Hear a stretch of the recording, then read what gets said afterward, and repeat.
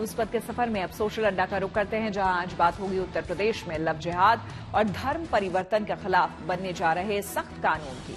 उत्तर प्रदेश की योगी सरकार ने लव जिहाद के मामलों को लेकर सख्त कदम उठाया है।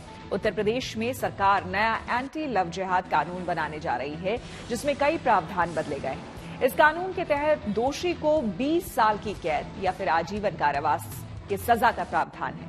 इस कानून के तहत कोई भी व्यक्ति धर्मांतरण के मामलों में एफआईआर दर्ज करा सकेगा, जबकि पहले ऐसे मामलों की सूचना या शिकायत देने के लिए पीड़ित माता पिता या भाई बहन की मौजूदगी जरूरी थी। नए कानून के मुताबिक लव जिहाद के मामलों की सुनवाई सत्र न्यायालय से नीचे की कोई अदालत नहीं करेगी। लव जिहाद के मामले में सरकारी वकील को मौका दिए बिना जमानत याचिका पर विचार नहीं किया जाएगा। इसके अलावा इस कानून के तहत आने वाले सभी अपराधों को गैर जमानती बनाया गया है।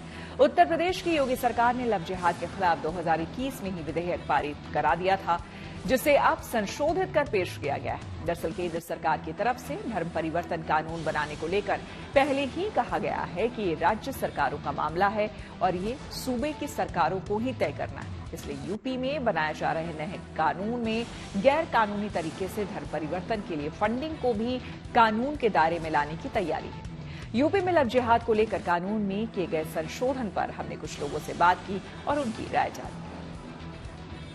ये जो फोर्सफुल जो कन्वर्जन होते हैं, उनके लिए जो भी लॉ बनी है वो बिल्कुल सही है, क्योंकि अगर आप किसी के स्वेच्छा इच्छा के अनुसार कर रहे हैं तो वो सही है, लेकिन आप किसी को फोर्सफुली करके कन्वर्जन कर रहे हैं अपनी पॉपुलेशन को बढ़ाने के लिए, then this is a wrong thing. As a law student I don't support any political parties, any political idols. I only follow what is wrong and what is right. Bill जो पास हुआ है, जो conversion हो रहा है, जो हिंदुओं को या उनकी शादी करा कर कन्वर्जन किया जा रहा है या डायरेक्टली उनका जो कन्वर्जन कराया जा रहा है, वो उसको हम एक रॉन्ग वे में ही लेंगे, क्योंकि जो मुस्लिम कम्युनिटी है वो ऑलरेडी अपनी पॉपुलेशन इंक्रीज कर रही है, हर कंट्री में एक्सपेंड कर रही है, वो हर कंट्री में जहां भी जा रही है वहां पर अपनी सिविलाइजेशन बना रही है और अपने आप को प्रमोट कर रही है। तो ये करने से वो हिंदू कम्युनिटीज और बाकी जो अदर कम्युनिटीज हैं उनकी भी कुछ मेंबर्स को ले रही है और उनको लेके वो अपने साथ जोड़ रही है। तो इस चीज के खिलाफ कोई एक्शन लेने की सख्त जरूरत थी, जो पहले से था, लेकिन ये उसमें नियम था कि अगर कोई सिर्फ प्रेग्नेंट है या फिर कोई मैरिड है सिर्फ तभी वो एक्शन ले सकता है, अदरवाइज वो एक्शन नहीं ले सकता है।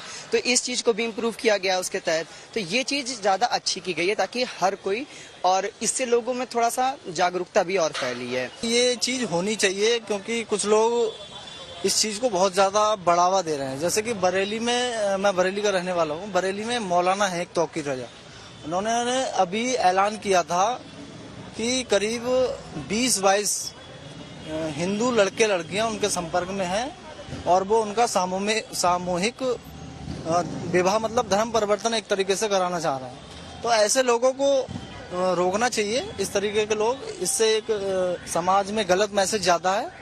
तो ये कानून जो है वो सही है मेरे हिसाब से। जो कानून पास किया गया मेरे हिसाब से जो है बिल्कुल 110% सही है, एकदम करेक्ट।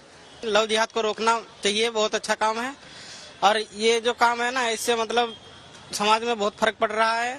हमारे हिसाब से तो ये बहुत गलत बात है कि जो लोग जबरदस्ती धर्म परिवर्तन करवा रहे हैं, जो लोग करवा रहे हैं उनको कड़ी से कड़ी सजा मिलनी चाहिए, ये हमारा मानना है।